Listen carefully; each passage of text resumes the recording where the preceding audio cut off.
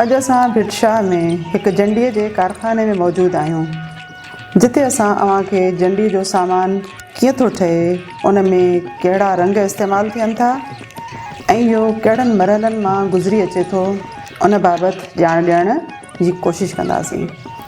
जीअं त जंडीअ जो हुनुरु तमामु आगाटो आहे ऐं हिन हुनुर जा ख़ासि मर्कज़ खाणोट, हाला ऐं भिटशाह रहिया आहिनि। जीअं त ही हथ जो हुनुरु आहे ऐं तमामु घटि मर्कज़नि ते तयारु थिए थो, इन करे आम माण्हुनि लाइ महांगो बि आहे, पर उन कम जी ॼाण रखण वारा उनखे ठहिराइनि ऐं पसंदि बि कनि था। हथ जो कमु आहे, को मशीन जो कमु कोन्हे, कोई सॼो कमु हथ सां थींदो आहे, ज़हन जो सॼो कमु ज़हन जो आहे, दिमाग़ जो कमु आहे।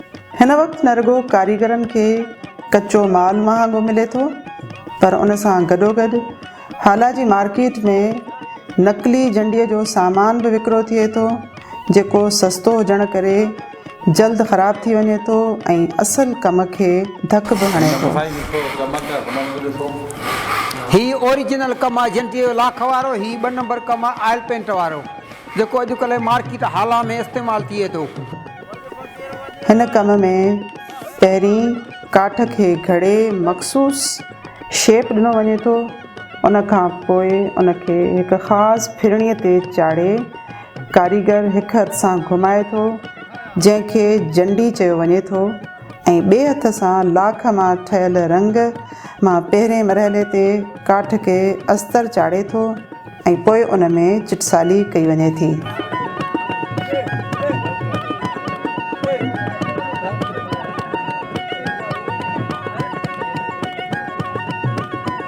वरी उन्हनि चिटनि में रंग भरियो वञे थो ऐं 3 मरहले में उन्हनि चिटनि तां वधीक चढ़ियल रंग खे खुरपणीअ सां जंडीअ वसीले साफ़ कयो वञे थो। रंग चाढ़ण दौरान काठ जे हेठि बिल्कुलु हल्की टांडनि जी गर्मी ॾिनी वञे थी, जंहिंसां लाख वारो रंग काठ में जज़्ब थिए थो ऐं उन में चमक पैदा करण लाइ उनखे जंडीअ ते हलाइण दौरान कपिड़े सां साफ़ कयो वञे थो। हिन हुनुर खे सिखण लाइ केतिरा ई नंढा ॿार जिन जी उमिरि स्कूल वञण जी आहे, हिते अची कमु सिखनि था त जीअं अॻिते हली हू पंहिंजो पेट गुज़र करे सघनि। स्कूल वेंदा आहिनि, पोइ अची कमु कंदा आहिनि, के वरी जेके हूंदा आहिनि कोन था कनि, पोइ वरी कमु करे चंबड़ियो वञनि।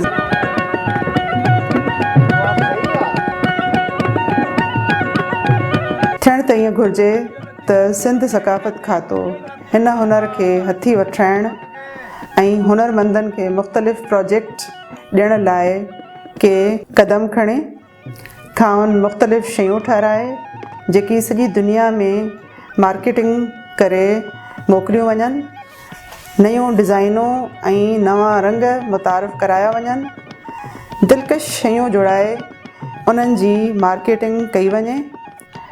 खटनि पींघनि खां सवाइ ऑफिसुनि ऐं ड्राइंग रूमनि में रखण जो सामान ठहिराए सघिजे थो, जंहिंसां हिन हुनर खे हथी मिली सघे थी ऐं हुनरमंद ख़ुशहाल थी सघनि था।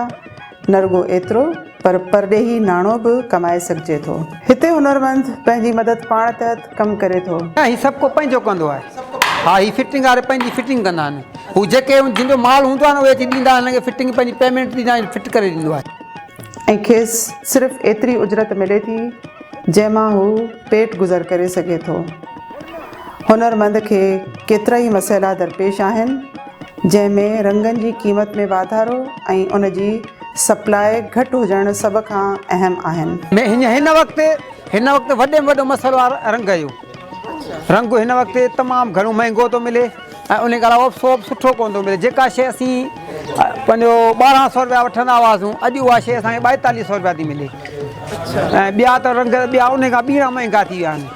पोइ उनजे करे बचति घटि थी थिए, पोइ मिड़ई पेट गुज़र थिए पियो सभु कंहिंजो, बसि बाक़ी त ॿियो कुझु नथा करे सघनि। अञा त कोन विया, छो जो असां न कंहिं सहकार कोन कयो, न गवर्नमेंट, न कंहिं इदारे, न कोई कोऑपरेटिव वारनि असां न कयो। त हिन चकर प्रोग्राम असां सकाफ़त खाते बि न, कंहिं बि न। असांखे हिन वक़्तु असांजे चेयरमैन साहिबु कोशिशि करे पियो डिस्प्ले सेंटर लाइ इस्लामाबाद ऐं प्लस कराची में डिस्प्ले सेंटर खोलण जे लाइ, हू कोशिशि में लॻो पियो आहे ऐं गवर्नमेंट सां बि राब्ते में आहिनि।